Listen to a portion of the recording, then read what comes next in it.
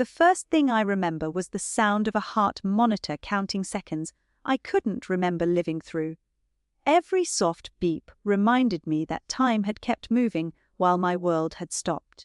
My eyes opened to a ceiling washed in pale white light. Everything felt heavy. My throat was dry. My stomach burned with a deep soreness that stretched across my lower body every time I breathed. I instinctively reached toward my abdomen, but a gentle hand caught mine before I could move very far. "Easy," my husband whispered. "Don't move too fast." I turned my head and saw Soren sitting beside the bed. His normally neat brown hair was a mess, and dark circles rested beneath eyes that looked as though they hadn't closed in days. His shirt was wrinkled, and there was dried coffee on one sleeve. He looked exhausted, but when he realized I was awake, relief softened his entire face. "Liora," he breathed, squeezing my hand. "You're awake," I tried to answer, but only a whisper came out. "The baby." He smiled, though tears immediately filled his eyes. "She's alive." My whole body relaxed before another question crashed into my mind. What happened? Soren didn't answer immediately. Instead, he looked toward the doorway. His expression changed so quickly that I followed his eyes. My mother stood there with my father behind her. Mirabelle Ashcroft looked exactly as she always did, whenever she wanted to appear composed. Her navy dress was perfectly pressed. Her silver necklace rested neatly against her collarbone. Even after everything, she somehow looked as though she had stepped out of a family photograph instead of a hospital corridor. My father, Gideon, avoided looking directly at me. His shoulders slumped, and his hands remained buried in his pockets. Before I could say another word, my mother walked into the room. "Liora," she said quietly, "before we talk about anything else, I need you to understand that everyone was under enormous pressure yesterday." I stared at her. I had just woken up after emergency surgery, and that was the first thing she wanted to discuss. Not how I felt, not whether I was in pain, not whether her granddaughter was safe. "Pressure, please," she continued carefully. "Don't let one terrible day destroy this family." I blinked slowly, trying to connect her words with the fog inside my head. My body hurt. My memories came only in scattered pieces. I remembered putting on a maternity dress that morning because nothing formal fit anymore. I remembered laughing when Soren struggled to tie his tie. I remembered thinking maybe, just maybe, we would get through my younger brother's wedding without another argument. Then everything became blurry. "Where's my daughter?" I asked again. "She's in neonatal care." Soren answered immediately. "The doctors are optimistic. She's stable." Tears filled my eyes before I even realized I was crying. Stable, alive. Those two words were enough to keep me breathing. My mother stepped closer as if that answer somehow opened the door for her. "We all panicked," she said softly. "Nobody wanted this to happen." I looked at her, confused. Wanted what? She opened her mouth but hesitated. My father finally spoke. "Maybe this conversation should wait." Soren stood up so quickly that the chair scraped loudly across the floor. "No," he said. His voice remained calm, but I could hear the anger beneath every word. "She's been waiting long enough."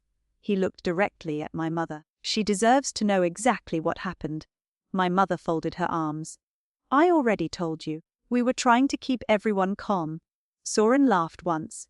It wasn't amused.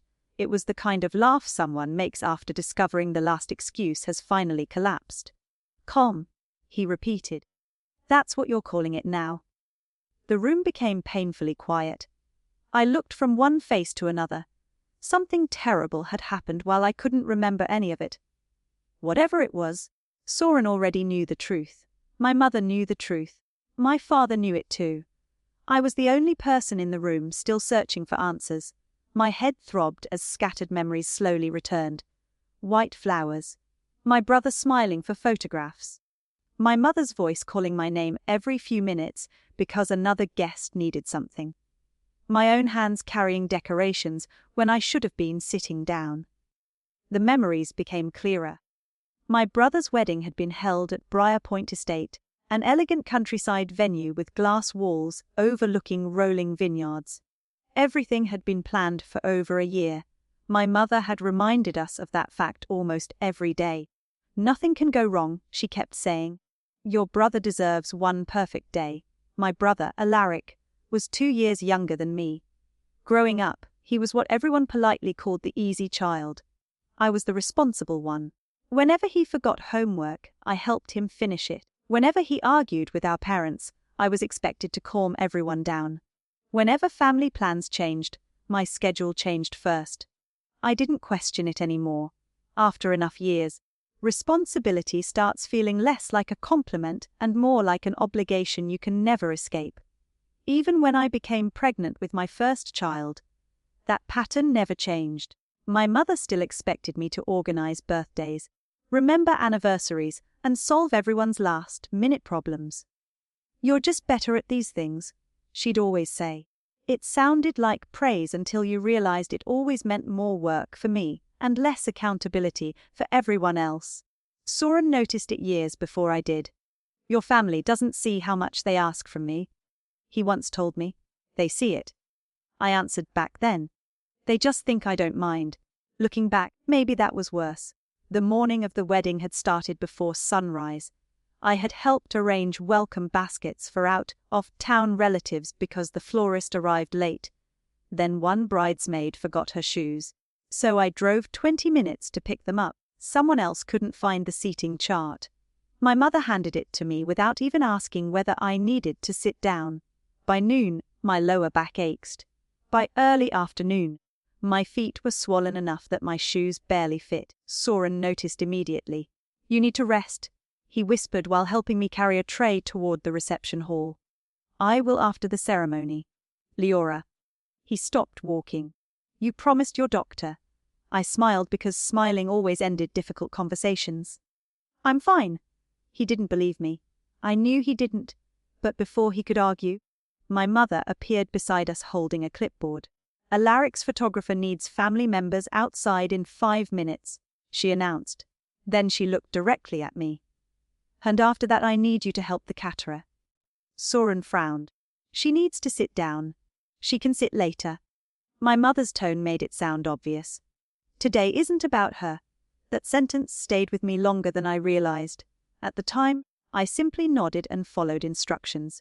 I had spent 28 years doing exactly that. I never noticed how naturally everyone assumed I would keep sacrificing pieces of myself to make someone else's life easier. Around 40 minutes before the ceremony, I finally escaped into a quiet hallway near the bridal suite. My breathing felt different.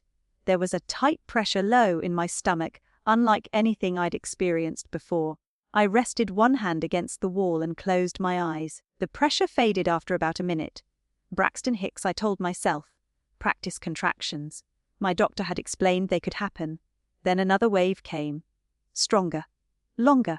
I looked at my watch. Less than 4 minutes had passed. My heartbeat sped up. During my last appointment, Dr. Monroe had been very clear. If the contractions become regular, don't wait.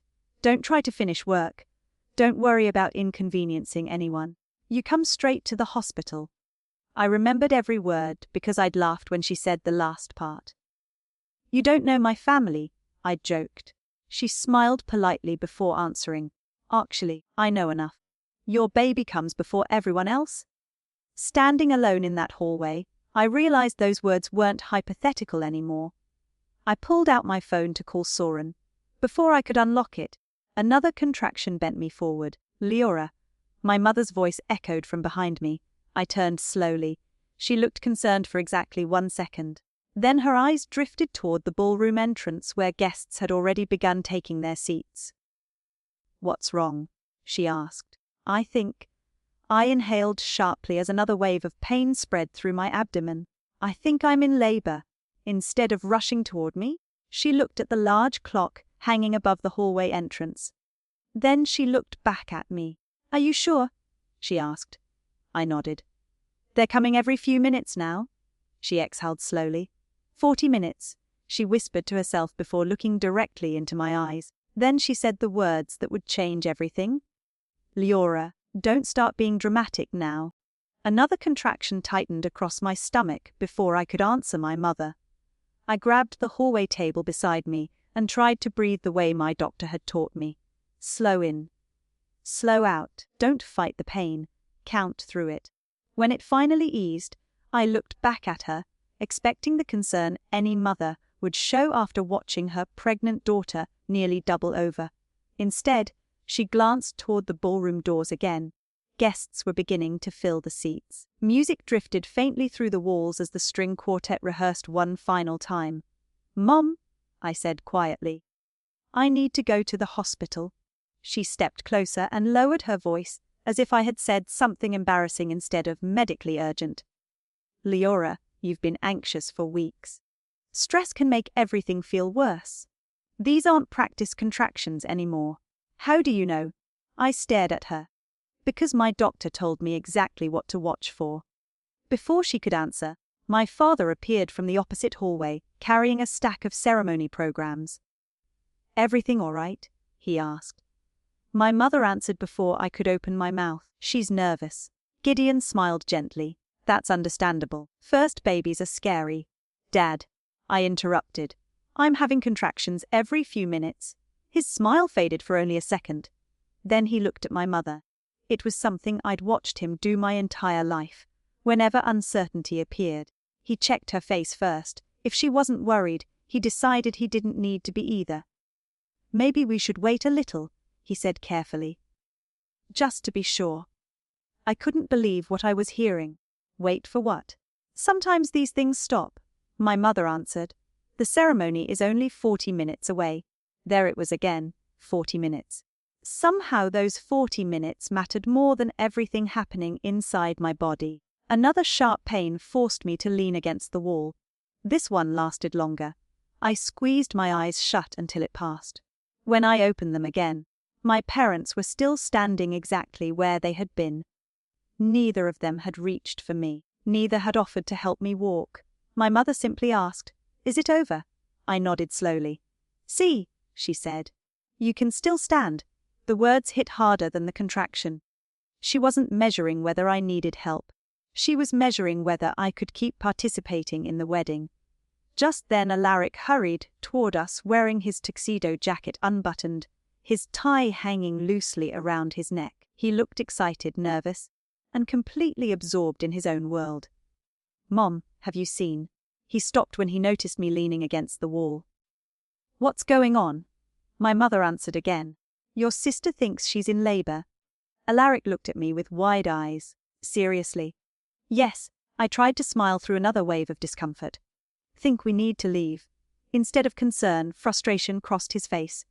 "No." I blinked. "What do you mean, now?" "The ceremony starts in less than 40 minutes. "Exactly, Liora." He rubbed both hands over his face. "Please don't let this become another family emergency." I felt something inside me crack. Another emergency? Every big event? He stopped himself, but it was already too late. "What?" I asked. "Finish that sentence." He sighed heavily. "I'm just saying everything always seems to become complicated." I couldn't remember the last time I'd been so stunned. "I'm in labor?" "I know," he replied quickly. "I'm not saying you're doing it on purpose." "Then what are you saying?" He looked helplessly toward our mother. "I'm saying, maybe give it a little time. Maybe it's not as serious as you think." My mother nodded immediately. "Exactly." I laughed once, but nothing about it sounded happy. "You all think I'm imagining this." "No one said that." My father answered. "You don't have to." My phone vibrated inside my purse. Soren. I reached for it with relief. Before I could answer, my mother gently touched my wrist. "Let me talk to him first." "Why?" "Because if he rushes in here panicking, he'll upset everyone. He's my husband. And he'll only make you more anxious." I pulled my hand back. "No." Her expression hardened almost imperceptibly. "Liora, I'm calling him." She folded her arms. "If you truly need the hospital, you'll still need transportation. Calling him right now will only create chaos. I'd rather have chaos than risk my baby." For the first time that afternoon, my mother's patience slipped. "Stop talking like something terrible is happening." The hallway fell silent. Even my father looked uncomfortable. I stared directly at her. Something terrible could be happening. "You're assuming the worst." "Because that's exactly what my doctor told me to do if this started." She sighed dramatically, as though I were the difficult one. Doctors are cautious because they don't know every patient. She knows me. And I know you. She stepped closer until only inches separated us. You've always worried too much. Those words reached deeper than she realized because they weren't new. I heard them after every disagreement growing up. If I cried after being blamed for something Alaric had done, I was too sensitive. If I questioned why I always had more responsibilities, I worried too much. If I tried to explain how I felt, I was overthinking everything. Little by little, I'd learned to doubt my own instincts before trusting them. Even now, with contractions coming every few minutes, a tiny voice inside me whispered that maybe everyone else was right. Maybe I was overreacting. Maybe first babies really did take forever. Maybe waiting another half hour wouldn't matter. My body answered that question for me. A contraction hit so suddenly that I nearly dropped my purse. I bent forward, unable to speak. My breathing became uneven. Tears stung my eyes. This wasn't nervousness. This wasn't anxiety. This was pain unlike anything I'd ever experienced. When it finally eased, I looked up to find every member of my family watching me. Not rushing toward me. Watching me. My father finally stepped closer. Maybe you should sit down. I don't need a chair. I forced the words out between breaths. I need a hospital. Before anyone could answer, one of the bridesmaids hurried into the hallway. Alaric, everyone's asking where you are. The photographer's ready. My brother looked torn for exactly 2 seconds. Then he straightened his jacket. I have to go. He looked back at me awkwardly. Just try to stay calm. Okay. I couldn't believe those were his final words before walking away. Stay calm. He disappeared down the hallway without looking back. My mother immediately followed him. I'll be right back, she told me. Don't go anywhere. I stared after her in disbelief. My father remained beside me for a few more seconds. He shifted his weight nervously, glancing between me and the ballroom entrance. Your mother probably knows best, he said quietly. She's handled plenty of stressful situations. I looked directly into his eyes. Has she ever delivered a baby? He opened his mouth, then closed it again. Finally he sighed. Just give it a few more minutes. Then he walked away too. I was suddenly alone in the hallway surrounded by wedding flowers, expensive decorations, and the distant sound of guests laughing together. My phone vibrated again. Soren was calling for the second time. I answered immediately. Hey, he said. Everything okay? I can't find you anywhere. I swallowed hard, fighting another contraction already beginning to build. Soren, I think we need to leave. His voice changed instantly. What's wrong? Before I could answer, another voice echoed from behind me. Liora! My mother was hurrying back toward me, her expression unusually tense. She pointed toward my phone. Hang up for 1 minute. I looked at her in confusion. Why? She lowered her voice. Because if you tell him you're in labor before we're certain, he'll stop the wedding. I felt another contraction rising, stronger than every one before it. I realized then that my family wasn't trying to help me decide what was medically best. They were trying to protect a ceremony, and I was the only person standing between them and the perfect wedding they had spent a year planning. I looked from my mother's face to the phone in my hand, then back again. For the first time that afternoon, I stopped worrying about disappointing everyone else and started listening to the fear building inside me. Another contraction surged through my body before I could answer. It stole my breath and forced me to grip the edge of a nearby console table. My knees trembled. I pressed the phone tightly against my ear. Soren, I whispered. I need you. I'm coming, he said immediately. Where are you? Before I could tell him, my mother stepped closer. She didn't grab my phone or raise her voice. Instead, she looked directly into my eyes with the expression she had used my entire life, whenever she wanted me to obey without arguing. Liora, she said quietly. If Soren rushes in now, every guest will know something is wrong. They'll panic. They'll remember this instead of your brother's wedding. I stared at her, unable to believe what she was asking. Mom? Just let the ceremony begin. Then we'll leave quietly. I don't know if I can wait.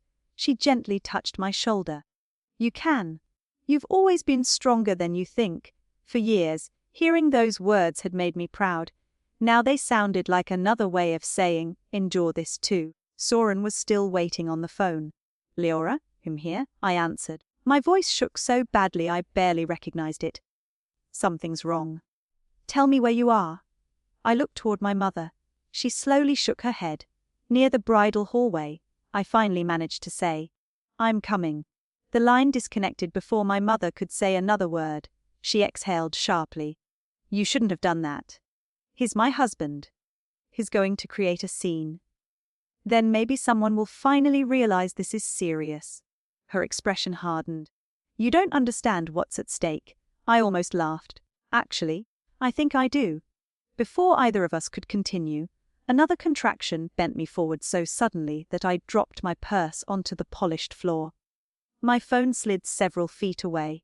My mother picked it up before I could reach it. She looked at the screen, then handed it back without saying anything. For one brief moment, I saw genuine worry cross her face. It disappeared almost immediately. Let's get you somewhere quieter, she said. No. You're standing in the middle of a hallway. I want to wait right here for Soren. Guests are about to come through. She glanced toward the ballroom entrance where music had begun. Please don't make this harder than it has to be. Those words echoed inside my head. Harder for whom? Harder for me. Or harder for the wedding schedule she had spent 12 months controlling. She reached for my elbow. Come with me. Against every instinct screaming inside me, I let her guide me toward a side corridor leading away from the main entrance. Unlike the elegant reception areas, this hallway was quiet. Service carts lined one wall. Emergency exits and staff offices sat farther down. The music became muffled. We stopped beside a small waiting area with 2 upholstered chairs. Sit for a minute, my mother said. I lowered myself slowly into one chair, trying to breathe through another contraction. My hands rested over my stomach. She's moving, I whispered, feeling my daughter shift beneath my palm. Good, my mother answered quickly. See, everything's fine. I looked up at her. How can you say that? Because panicking won't help. Neither will pretending this isn't happening. She rubbed her temples. Liora, your brother has dreamed about this day for years. And I've dreamed about meeting my daughter. She looked away without answering. For several seconds, only the distant music filled the silence. Then footsteps echoed down the hallway. Soren appeared, breathing hard as though he'd run across the entire property. The moment he saw me sitting there pale and sweating, his expression changed completely. He hurried over and knelt beside me. How long? He asked. About. I checked my watch. Almost 30 minutes. Every few minutes. I nodded. Why didn't anyone call me sooner? Before I could answer, my mother stepped forward. We didn't want to alarm you before we knew whether it was real labor. Soren looked at her in disbelief. She's 30, 8 weeks pregnant. Exactly? My mother replied. That doesn't mean every contraction becomes a baby.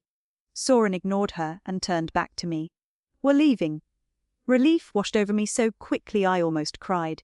Okay. I started pushing myself to my feet when my mother blocked our path. The ceremony starts in less than 10 minutes. Soren blinked, genuinely confused. What does that have to do with anything? If you leave now, people will follow. They'll ask questions. Alaric's wedding will become chaos. Soren stared at her for several seconds. You're worried about the ceremony? I'm worried about everyone. No, he answered calmly. You're worried about appearances. She folded her arms. You're overreacting. No, he said. I'm reacting exactly the way a husband should when his wife says she's in labor. Another contraction interrupted us. This one hit harder than anything before it. I gasped and nearly collapsed back into the chair. Soren immediately supported me. His face lost all color. We're not waiting another minute. My mother stepped aside with obvious reluctance. Fine, she said stiffly. If you insist. We had barely taken 3 steps when someone called Soren's name from the opposite hallway. It was one of Alaric's closest friends. Soren! Thank goodness. The rental company just called. One of the shuttle buses broke down at the front entrance. They need someone who knows the guest list. Soren shook his head without stopping. Not now. You're the only one who has the transportation schedule. My mother looked between them. I'll stay with Liora while you fix it. Absolutely not, Soren answered. It'll take 5 minutes, the groomsman insisted. Guests are already arriving. Soren looked at me. I could see the conflict in his eyes. If he ignored the problem, dozens of elderly relatives would be stranded outside. If he stayed with me, no one else knew how to reorganize transportation. Go, I whispered. I'll meet you at the car. Are you sure? I nodded, though another wave of pain was already building. Just hurry. He hesitated one last second before kissing my forehead. Don't move. I'll be right back. As soon as he disappeared around the corner, my mother spoke quietly. See, even Soren understands other people need him too. I didn't answer. I couldn't. The contraction was becoming unbearable. I stood up slowly, leaning against the wall for support. I'm not waiting anymore, I said through clenched teeth. I'm going outside. My mother reached toward me. Liora? No. I stepped away. I'm done asking permission to get medical care. I turned toward the service exit leading to the parking area. Every step felt heavier than the last. The hallway blurred around me.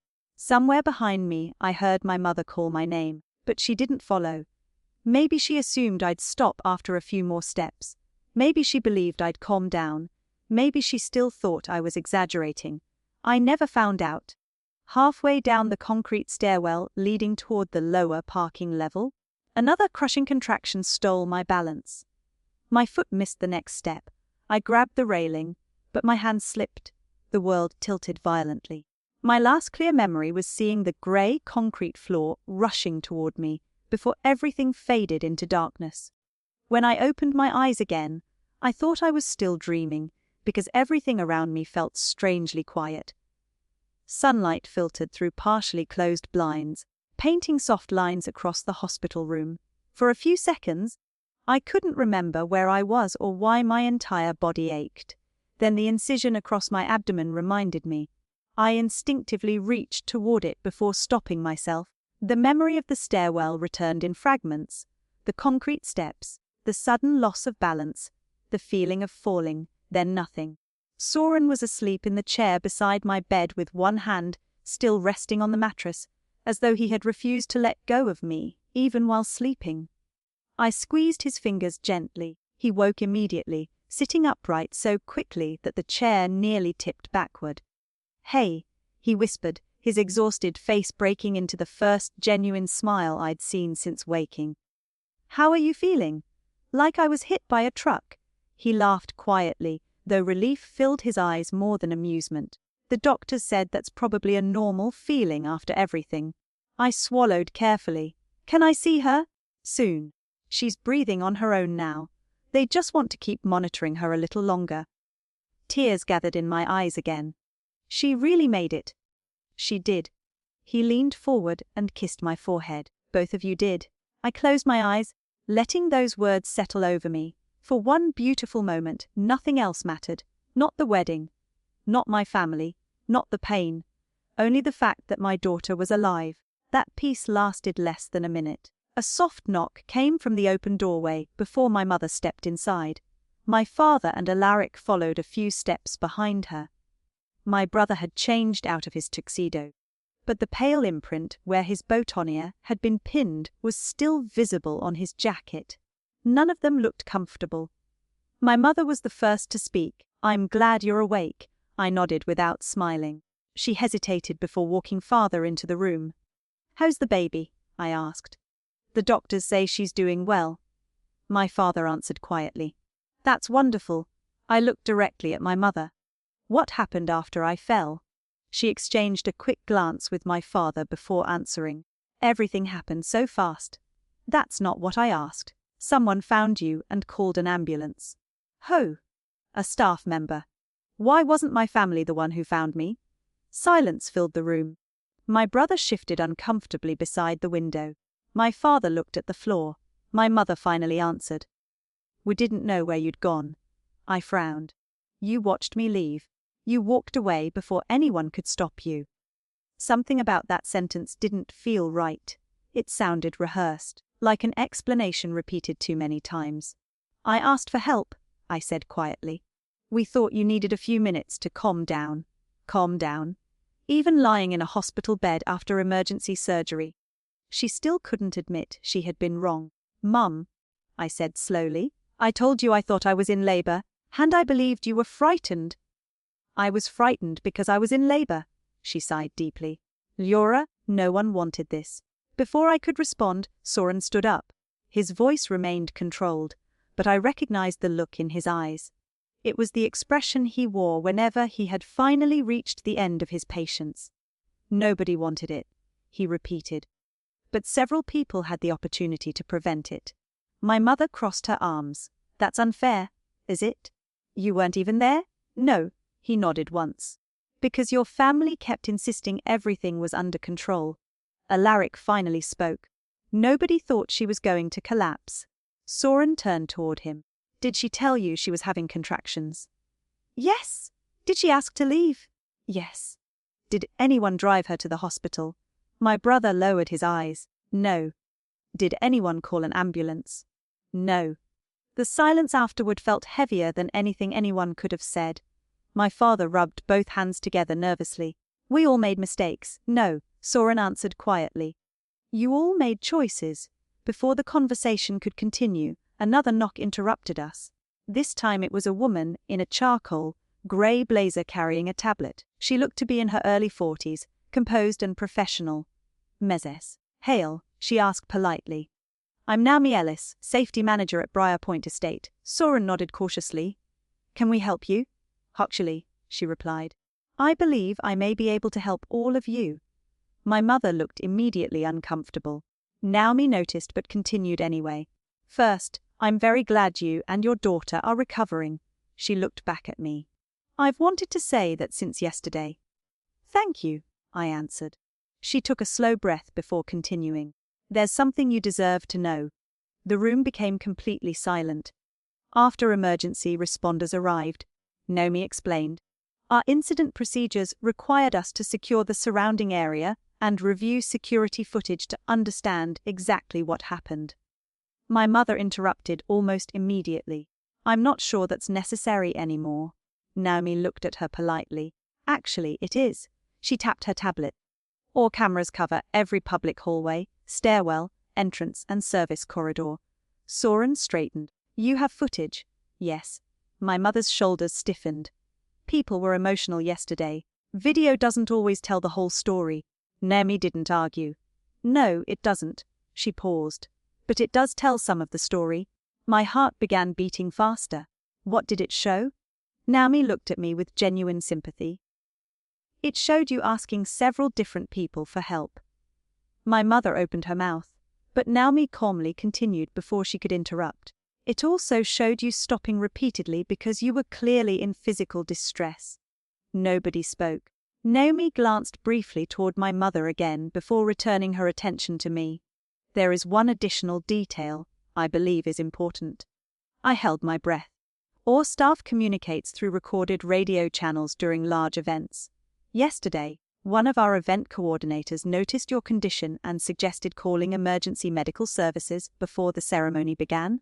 I frowned. What happened? Naomi answered carefully.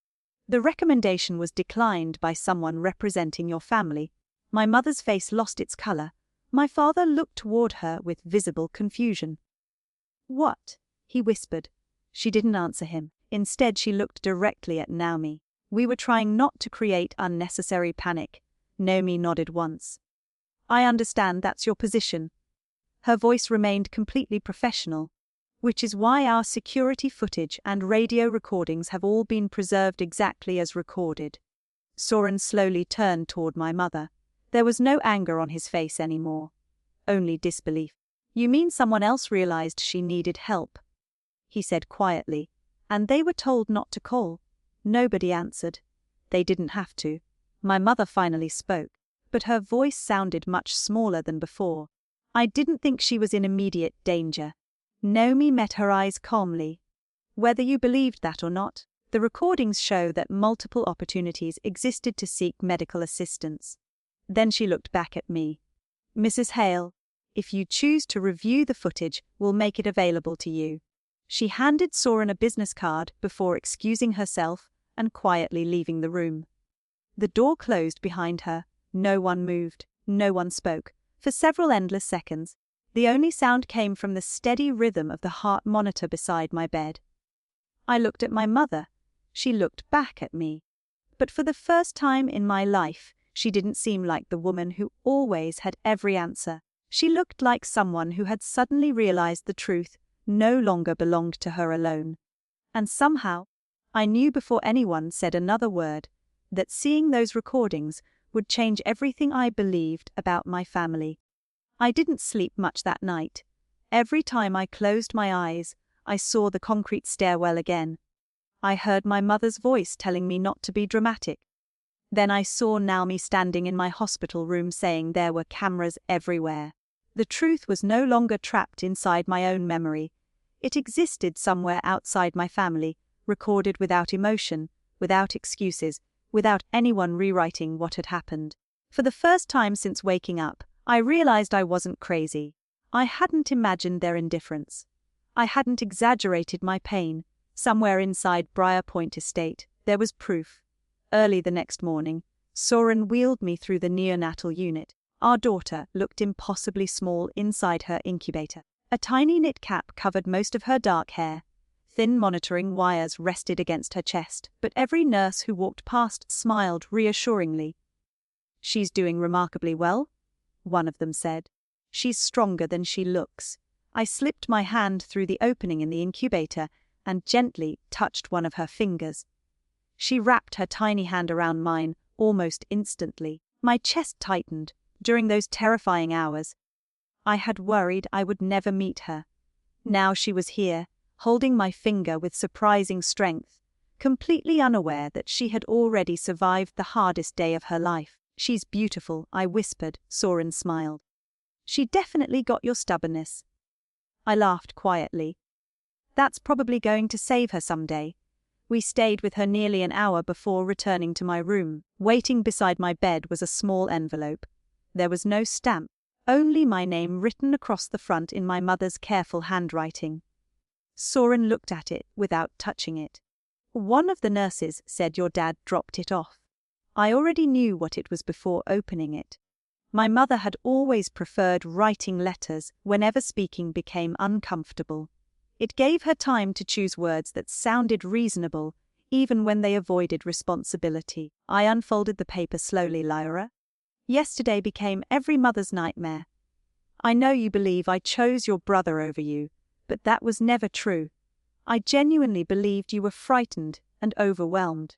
If I had known how serious things really were, I would have done everything differently.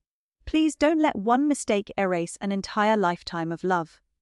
Families survive because they forgive. I hope, when enough time has passed, you'll remember that I have always loved you in my own way." I finished reading, then quietly folded the letter back into the envelope. Soren watched my face carefully. "How do you feel?" I thought about the question.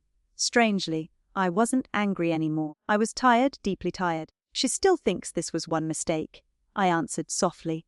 "It wasn't." He nodded. "I know. This started years ago." I stared toward the window. Yesterday was just the first time it almost killed someone. He reached for my hand.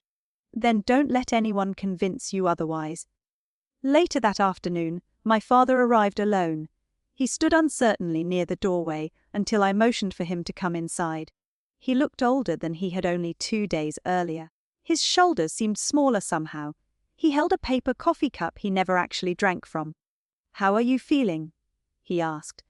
"Better." He nodded several times before finally sitting down. I wanted to apologize. I waited. "I should have listened." "Yes. Your mother kept saying everything would be okay." "I know." He lowered his eyes. "I believed her." I looked at him quietly. "Dad, when have you ever not believed her?" He didn't answer. Instead, he stared into the untouched coffee. "I thought keeping peace made me a good husband." "Maybe." I swallowed carefully. "But it didn't make you a good father." The words hurt both of us. I could see it immediately. He closed his eyes for a long moment before speaking again. "You're right. It was the first time in my life my father had admitted something like that without defending himself afterward. I almost wished it made me feel better. It didn't. Mom asked me to bring the letter, he admitted quietly. Figured. She wants to come back. I'm not ready, he nodded. I told her that. We sat in silence for nearly a minute. Finally he looked up again. Naomi called this morning. My heartbeat quickened. Why? She said investigators requested copies of the security footage because of the emergency response. I frowned. Investigators. Standard procedure, he answered quickly. Since emergency medical services responded to a serious incident, he hesitated. She also mentioned there are radio recordings. I remembered what Naomi had said the previous day. Did you know someone wanted to call an ambulance? My father looked genuinely confused. No. Mom didn't tell you? No, he slowly shook his head. She told me everything was under control. Something inside me shifted. Up until that moment, I had assumed my father had witnessed every decision my mother made. But maybe he hadn't. Maybe she had filtered information for him the same way she always filtered information for everyone else. It didn't erase his responsibility. He still chose not to question her. But it changed something important. My mother hadn't simply made one bad decision. She had controlled the entire situation from beginning to end. After my father left, Soren sat beside the bed scrolling through his phone. Naomi emailed me, he said quietly. Already, she said if you're willing, we can review the footage whenever you're discharged. I stared at the screen he handed me. The email was short and professional. She explained that every recording had been securely preserved exactly as required by company policy. There was also one sentence that caught my attention immediately. There is additional footage from an exterior camera that may provide important context regarding the timeline before Mrs. Hale collapsed. I looked back at Soren. Additional footage, he nodded slowly. Looks that way? I frowned. What else could there be? He didn't answer because neither of us knew. But I couldn't stop thinking about that sentence. If the hallway cameras already showed me asking for help, what had the exterior cameras captured? Had someone followed me outside? Had someone watched me leave? Had someone seen me walking toward the service stairwell and simply turned away? That possibility settled heavily inside my chest. Maybe the story I remembered still wasn't complete. Maybe the worst part wasn't that my family ignored me. Maybe someone had another chance to stop what happened, and chose not to. That night, while listening to my daughter's steady breathing through the neonatal monitor, I made a decision I never imagined making. I wasn't going to protect my family's reputation anymore. Whatever those cameras showed, I wanted to see every second. Because for the first time in my life, I wasn't searching for excuses. I was searching for the truth. 3 days later, I left the hospital carrying my daughter, instead of flowers. Somehow that felt symbolic. Weddings were supposed to celebrate the beginning of a family. Mine had ended one. The drive home was quiet. Soren reached across the center console every few minutes just to squeeze my hand at stoplights. Neither of us felt the need to fill the silence. We were both thinking about the same thing. The footage waiting at Briar Point Estate. 2 days after I returned home, Naomi called. Whenever you're ready, she said gently. I've arranged a private room. Only you, your husband, and me. I appreciated that. I wasn't prepared to watch the worst day of my life with lawyers, police officers, or my family sitting behind me. I wanted the truth before I listened to anyone else's version of it. The following afternoon, Soren drove us back to the estate. It looked almost identical to the way it had on the wedding day. The flowers had been removed, the guests were gone, the music had been replaced by ordinary weekday silence. Standing outside the entrance, it was difficult to believe this peaceful place had become the setting for one of the darkest memories of my life. Naomi greeted us inside a small conference room. A laptop sat on the table beside several folders. She offered us coffee, but neither of us accepted. Before we begin, she said, I want you to know we've reviewed these recordings only as part of our incident report. I'm sorry for what you're about to see, I nodded. I'd rather know than keep wondering. She dimmed the lights and opened the first video. The timestamp began 43 minutes before the ceremony. The camera overlooked the hallway outside the bridal suite. I watched myself walking back and forth carrying garment bags, greeting relatives, answering questions, smiling at people who had no idea how exhausted I already was. "You never stopped working," Soren murmured beside me. I hadn't realized it until I saw it from someone else's perspective. Every few seconds another person interrupted me. Another favor, another problem, another responsibility.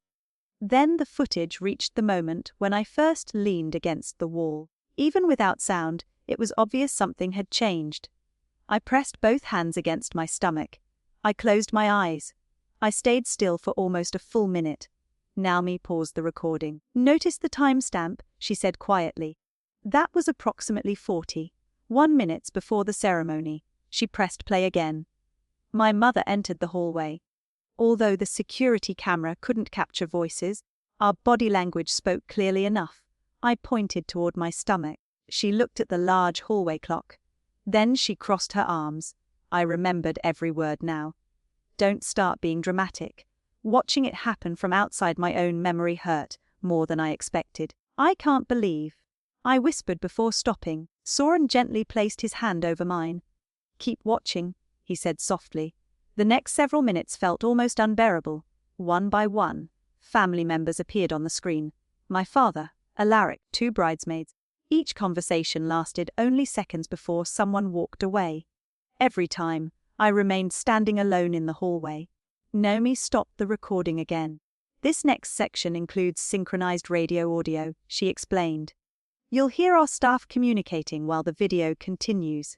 She clicked another file. At first I heard only routine updates. Guests arriving at north entrance. Florist requesting access to ballroom. Photographer ready. Then another voice interrupted. "Control, this is hallway 2. One of the family members appears to be having a medical issue." My heartbeat quickened. Another voice answered. "Describe." "Pregnant female. She's having difficulty standing. Looks distressed." There was a brief pause. Then a third voice came through the speaker. "Should we contact IMS?" I instinctively leaned forward. The next response came from a female employee I didn't recognize. "Bride's family requests no emergency response unless the situation clearly escalates. They say she's anxious." I felt my stomach tighten. Naomi quietly paused the recording. "That request came after one of our coordinators spoke with your mother." Soren stared at the screen without blinking. "She told them not to call." Naomi nodded once. "Our staff questioned the decision." She opened one of the folders and handed it to me. Inside was a printed incident report. One paragraph had been highlighted. Family representative declined recommendation to initiate medical response, stating attendee was experiencing emotional distress rather than medical distress. I read the sentence 3 times. Family representative. That was my mother. Not a misunderstanding. Not confusion. A decision. "Keep going," I whispered. Naomi restarted the video. We watched Soren arrive in the hallway. He ran toward me exactly as I remembered. We watched him kneel beside me. Then another camera angle appeared from farther down the corridor. This one showed something I had completely forgotten. After Soren left to deal with the transportation issue, I stood alone for nearly 20 seconds before starting toward the service exit. My mother watched me go. She didn't follow. She didn't stop me. She simply remained standing there until another wedding coordinator approached her. Then she turned and walked back toward the ballroom. I covered my mouth with both hands. She watched me leave. My voice barely existed anymore. Naomi quietly nodded. Yes. She knew I was alone. Yes. Tears blurred my vision. For years I'd convinced myself that maybe my family simply hadn't realized how serious things were. Watching this destroyed that hope. My mother had watched me walk away in visible pain. She had chosen not to go after me. The final recording came from an exterior security camera overlooking the service entrance. The image showed me slowly pushing open the exit door and disappearing toward the stairwell. 37 seconds later, another figure entered the frame. It wasn't my mother. It wasn't my father. It was Alaric. My brother stepped outside, looked toward the stairwell entrance where I had disappeared, then checked his phone. He stood there for several seconds. I held my breath. Surely he would follow me. Instead, someone called his name from inside the building. He looked once more toward the stairwell, then turned around and went back inside. The room became completely silent. I stared at the frozen image on the screen. Saw me? Naomi spoke carefully. The camera confirms he observed you walking toward the lower stairwell. Soren's jaw tightened. Never mentioned that. No, I whispered. He told me he thought I'd gone to rest. The realization settled over me like ice. My brother hadn't known I would collapse, but he had known I was leaving alone while in obvious distress, and he had still chosen the wedding over following his sister. Naomi slowly closed the laptop. Or Mrs. Hale, she said gently. I believe you now have every recording we possess. I looked at the stack of printed reports in front of me. The truth wasn't dramatic. It wasn't complicated. It was painfully ordinary. My family had been given chance after chance to choose me. Every single time, they had chosen something else. Soren quietly picked up the folders and placed them into his briefcase. What do you want to do now? He asked. I wiped away the tears that had finally escaped. For the first time since all of this began, my answer came without hesitation. I'm done protecting people who never protected me. The drive home from Briar Point Estate felt strangely peaceful, not because anything had been fixed, but because uncertainty had finally disappeared. For days I had replayed every conversation in my head, wondering if I had misunderstood something or remembered it incorrectly. The videos erased every doubt. They hadn't forgotten me. They hadn't missed the warning signs. They had simply believed that my emergency could wait until after my brother's wedding. That truth hurt more than any lie ever could. I spent the next week focusing almost entirely on our daughter. We named her Aloan, a name Soren and I had quietly chosen months earlier, but never shared with anyone. Every feeding, every tiny stretch of her fingers, every sleepy sigh reminded me how close I had come to losing moments I would never have gotten back. The more time I spent holding her, the clearer one thought became. I would never teach my daughter that love meant sacrificing herself until there was nothing left. One afternoon my phone rang while Aloan slept on my chest. My father's name appeared on the screen.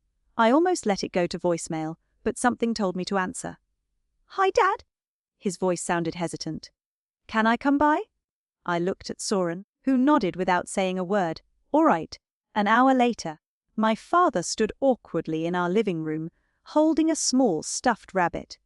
He looked around the house before his eyes settled on Aloan, sleeping peacefully in my arms. Tears filled his eyes almost immediately. She's beautiful, he whispered. She is. He swallowed hard.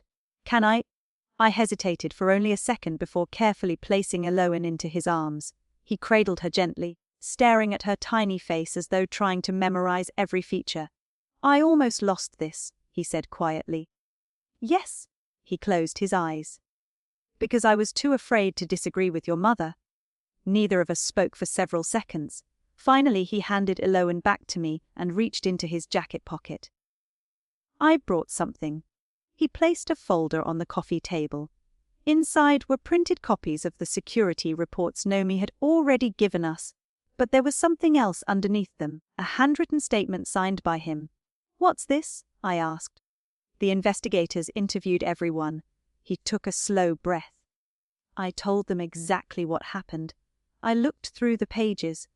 My father admitted that he had heard me ask to go to the hospital. He admitted he encouraged me to wait. He admitted he relied entirely on my mother's judgment instead of trusting his own instincts. Most importantly, he admitted that his silence had contributed to everything that followed. Why are you showing me this? I asked. Because for once in my life, he looked directly at me. I wanted to tell the truth before someone else forced me to. I believed him. It didn't erase the past, but it mattered. Thank you, I said quietly. He nodded, then stood to leave. Before reaching the front door, he turned back. Your mother still thinks you'll change your mind. I won't. I know. His shoulders sagged. Finally know that too. 2 days later, my mother came herself. She arrived carrying flowers and a wrapped gift. Soren answered the door before I could. I stayed seated in the living room with Eloan sleeping beside me. After a brief conversation outside, he stepped back inside alone. She wants 5 minutes. I took a deep breath. Okay. My mother walked in slowly. For the first time in my life, she looked uncertain inside someone else's home.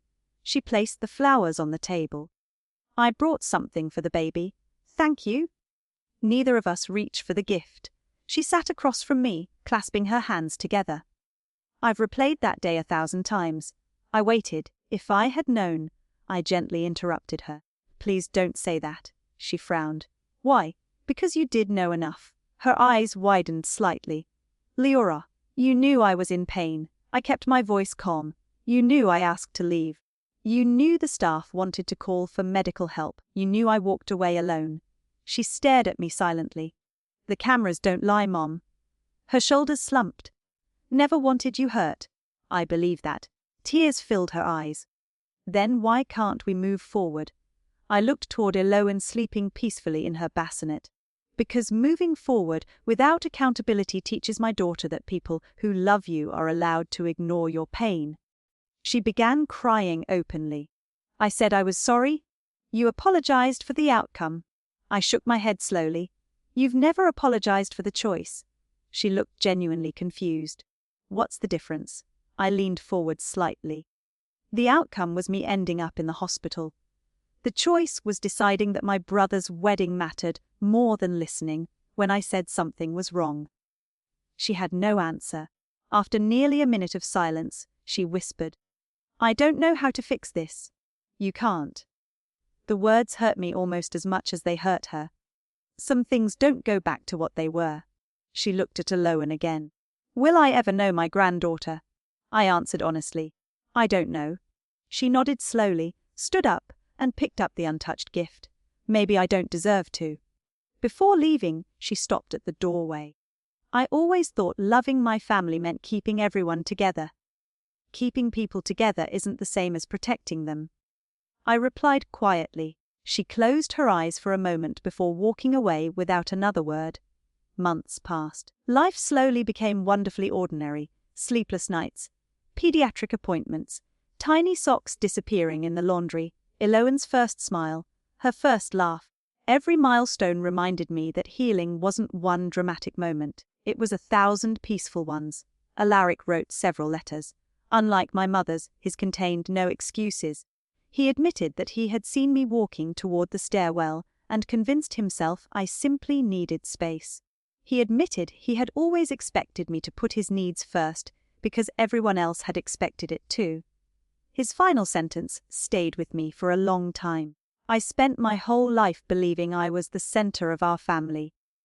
I didn't realize someone else had been carrying its weight. I never answered. Not because I hated him, but because forgiveness doesn't always require reconciliation. Sometimes forgiveness simply means refusing to let bitterness decide your future. Nearly a year after Eloan's birth, Soren and I took her to a small park near our home. She had just learned to take a few unsteady steps while holding our hands.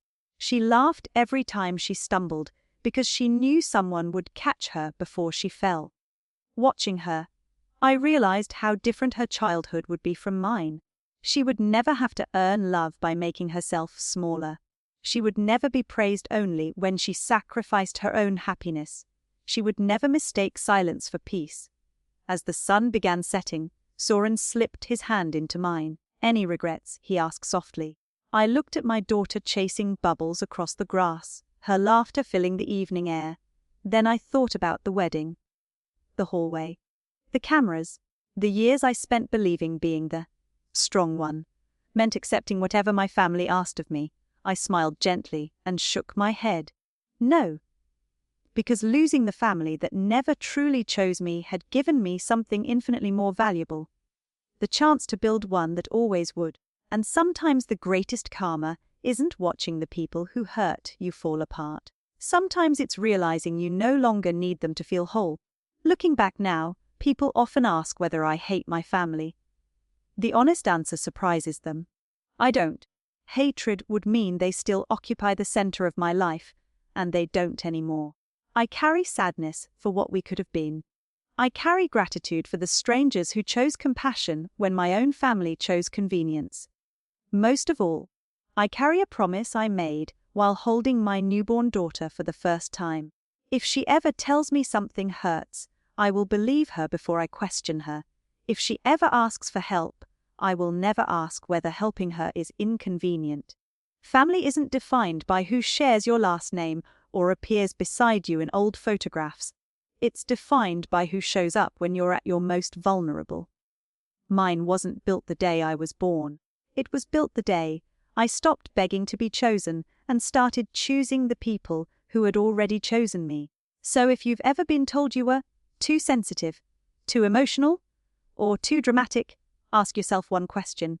Were you really asking for too much? Or were you simply asking the wrong people?